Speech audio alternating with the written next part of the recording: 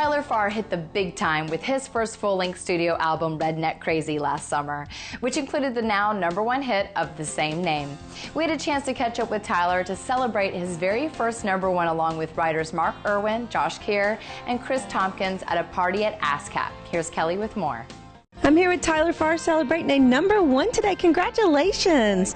Redneck Crazy. Thank you. Yeah, it's never in a million years do you think you're ever going to be here. That's what you aim for. So it seems like it was a year ago when this song, I mean, it's unreal just to be a part of this and be talking about it. And we had to squeeze in the time to make time to do this thing because it was, I don't know when it went #1, but it seems like it was almost literally like a year ago, but it wasn't because this year's been an absolute hurricane. But I know, we're all in for you. So yeah, I think the single, it has been a few months, and we're here today to celebrate, but you've been on the road. You've been out with Florida Georgia Line, and you're doing a new tour with Jason Aldean. Things are just booming. This is awesome. Yeah, it's amazing what a hit will do, you know, and Mark Irwin and Kear and Chris Tompkins, the guys behind the song that wrote it. I knew it was special when we got it. It's just amazing when you get one hit, it's off to the races after that, and we've been blessed and enough to have Florida Georgia Line have us on tour this fall, and about to start the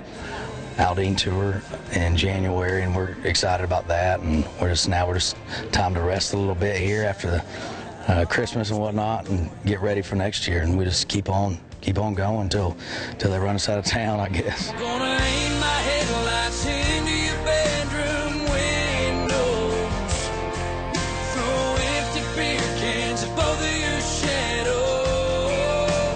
I'm here today with 3 of Nashville's best. These guys are so hot right now. #1 party today. Mr. Mark Irwin, Kear, Chris Tompkins. How are ya? Great. I'm happy to be here. Absolutely. Good day. So you guys, we were just talking before the camera started about success and different things that are going on. How We Don't Care, big song for you two this year. Yeah. Talk a little bit about what you're just saying here, telling your buddy Chris. Chris came in, I think, at #3 on the Billboard Songwriter of the Year chart. Had a heck of a year, like 13, 14, 15 charting singles this year. Insane year for Chris. That's huge. Yeah. And all of you standing over there, and we're standing over here. Right, yeah. He didn't even know. I don't think he actually knew. Did you know? You know, I'm not good at all that stuff. You know, not that I'm focused on better things, but I do check like charts and things like that sometimes. You know, but I actually think I found out what happened. Oh, sorry. So see, their brain, he's changing the subject, but it's going to be a good Christmas. It's going to be a good Christmas for all of you guys. Talk about the day you sat down to write this song. What were you thinking? I mean, did any of you have this girl in your life, maybe? No, it wasn't that. I was driving in that morning to a normal writing appointment, because we write at least a couple times a month and have now for 13, 14 years. And that particular morning, I heard an old country song on the radio about a girl was trying to choose between him and the other guy, and she picked the other guy, and he kind of just mopes around. And I got to the writing point and said, guys, this is not how anybody would handle this. Let's write what would actually happen in that situation. And that's what we did.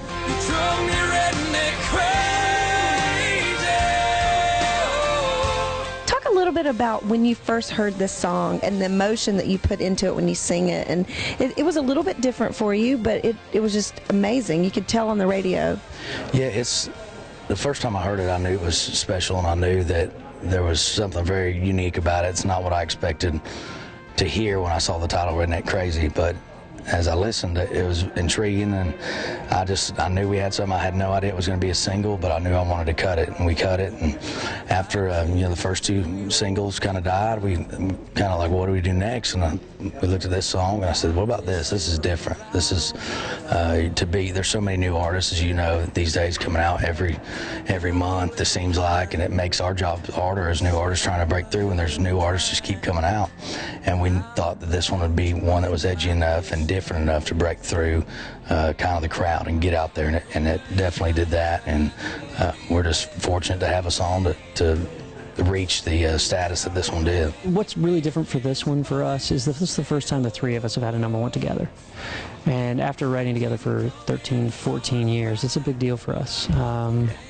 So yeah, just celebrate and enjoy it, and Sure. On the chance to take another 13, 14 years to have another one together, the three of us, we're going to try to enjoy it. That's really sweet, because in a town where you have publishers that are trying to stick you with other writers, the pressure, as hot as you guys have been, I'm sure they've tried to tear that, and you guys have stuck to that, and this is your first #1. That is special.